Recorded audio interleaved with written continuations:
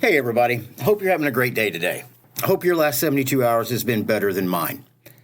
I was hoping to get this video out prior to some things coming up, but it didn't. And it seems as though in today's society, when something bad pops up, everybody wants to jump on the bandwagon and pretty much attack you. So I'm going to give you my explanation of everything that happened and explain to you how it happened. And maybe in the future, when something like this comes up, you could actually reach out to somebody before you go on the attack and want to just smear their name. First thing I want to bring up is there was a video today dropped by DT over on DistroTube. Have nothing against him. I think he makes awesome content. And as you can see in his thumbnail, my YouTube page is there. And it says, is your favorite YouTuber a fraud? And the other one I want to talk about is Ebuzz 2, which is basically calling out Ebuzz Central, or Ebuzz, a.k.a. Troy Holt, as blatant plagiarism. The first thing I do want to discuss is about a month ago, I had made the decision that I wanted to start doing a little bit different content on top of my distro reviews, app reviews, etc. I have worked with a gentleman, and as you can hear me say, I worked with a gentleman for over 8 years in my IT business. Great techie, great mind, and he minored in journalism. And I told him my ideas of the things that I wanted to do, and he offered to me to do a couple scripts, see how they worked out, and I could place videos off of those. The reason I was wanting to get somebody else to do it is I am a single father of 5 children, okay? That's not your problem. That's mine. I have to deal with that. I run 2 separate businesses.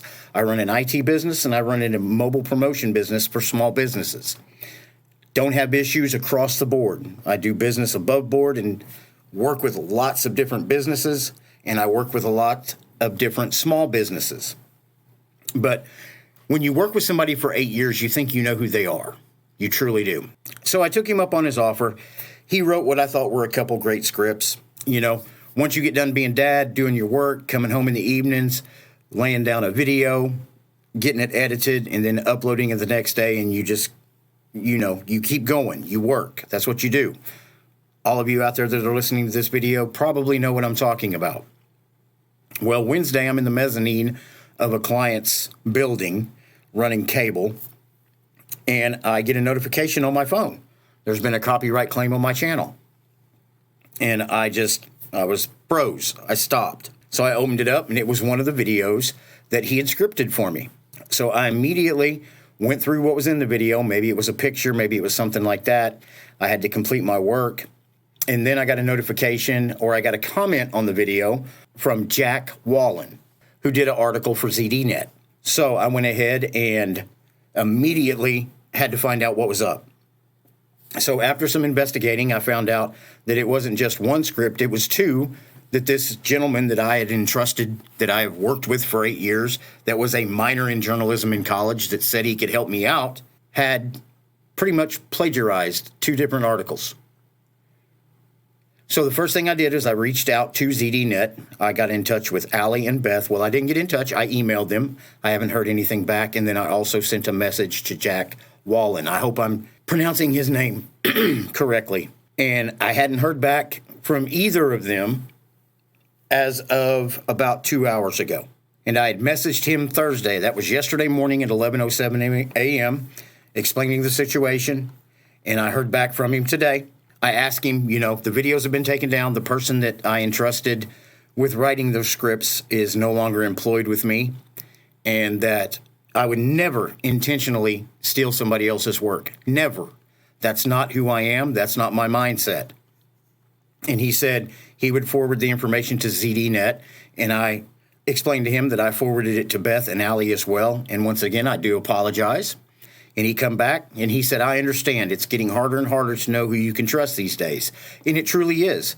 When you have people that work for you, that you entrust to do things for you, they don't always have the best intentions for you or others around you. Now, if you've never made a mistake in your life, and you've never trusted somebody you shouldn't have trusted, I guess you can stop this video right now.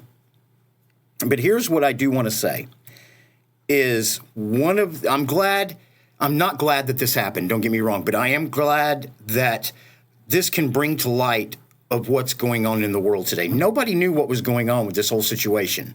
They immediately went to the bad part. They immediately said, this guy is this. They immediately said, Ebuzz Central's a liar, he's a scam artist, or whatever you want to say about me. I wanted to take my channel to newer directions on top of what I was already doing, and entrusted somebody that I knew for 8 years, was a good employee, was helping me out when I needed it, was a journalism minor in college, that somebody I felt could put some words together and do something, and then that trust cost me this. Now, I believe that DistroTube has spoke about this. I believe that the Linux Tube has brought this up, and I believe there was another channel, Ebuzz 2 is what it's called, and he shared a video for somebody else. Here's what I want to say to all those that are actually watching this and listening. I would never intentionally steal somebody else's work, point blank, period. And I find in a community where there's, you know, we always talk about how big of a community is, but at the end of the day, it is small. If something like this comes up, why wouldn't people just reach out? Why wouldn't they just say, hey, man, what's going on here? Inform us. But I can understand. You want to get that video out there. You want to get them views. I totally understand that. I have tried to be above board with everything that I do on this channel. A mistake was made, a mistake that I'm ultimately responsible for. The person that wrote that, I trusted him, and I promise you that will not happen again. There will be no content that's put on this channel that I myself do not script, or I myself do not just go along with the flow as looking at a distribution and giving you my own words. All I can do is say I'm sorry to the writers out there, and I have apologized. And Jack was really nice about it. He could have been really mean and ugly, but it's a situation of, in this world today, a lot of people that you get involved with don't have your best interest in heart. They're just worried about themselves. And I don't know what possessed this person to do what they did. I don't know if they thought once the channel got bigger, they could make some more money or this and that and the other, but really, at the end of the day, it doesn't matter. The buck stops with me. So I'm ultimately responsible for the things that are put on my channel, no matter what I say. So I ask you as a community to forgive me. I ask my viewers to forgive me. I ask my members to forgive me. And all I ask from the other Linux YouTubers out there is when another content creator has something come up, before we go directly to that dark place, how about we shoot a message and say, hey, what happened here? Before we put a video out that could destroy somebody's channel. Because I would never do that.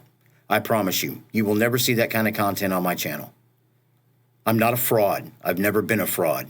But I am somebody that if a mistake is made and something comes up, I will own it 100%, no matter who's responsible for it. This is my channel. This is my content. A mistake was made, and I own it. So if you can forgive me, I appreciate that. And if you can't, I understand that as well.